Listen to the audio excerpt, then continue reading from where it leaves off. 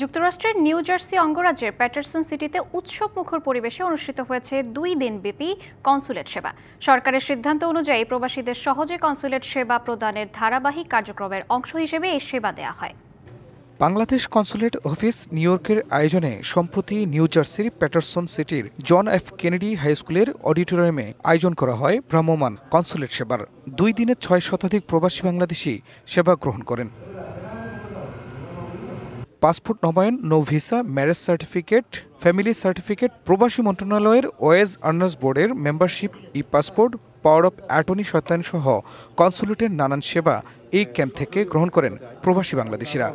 এখানে আপনার চোখের রেটিনা, ফিঙ্গারপ্রিন্ট এগুলো দেওয়ার একটা ব্যাপার আছে, যেগুলো যন্ত্রপাতি আসলে ক্যারি করে এনে এখানে মোবাইল সার্ভিস দেওয়া সম্ভব না। এই জন্য আপনাকে অবশ্যই এটা নিউ ইয়র্ক কনস্যুলেটে উপস্থিত হতে হবে সরাসরি।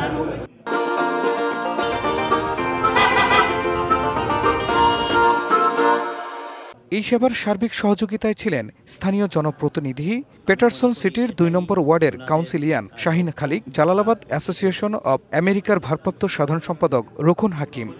চাই আমাদের কমিউনিটিকে সেবা দেওয়ার জন্য।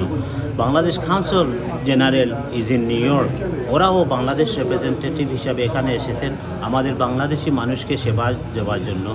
প্রবাসী বাংলাদেশিরা প্রতি 2 মাস পর পর এমন সেবা কার্যক্রম পরিচালনার আহ্বান জানান।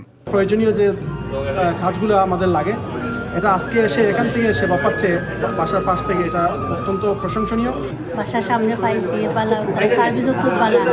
কনস্যুলেটের লোকজনও খুব আন্তরিকতার সাথে সার্ভিস প্রদান করছেন।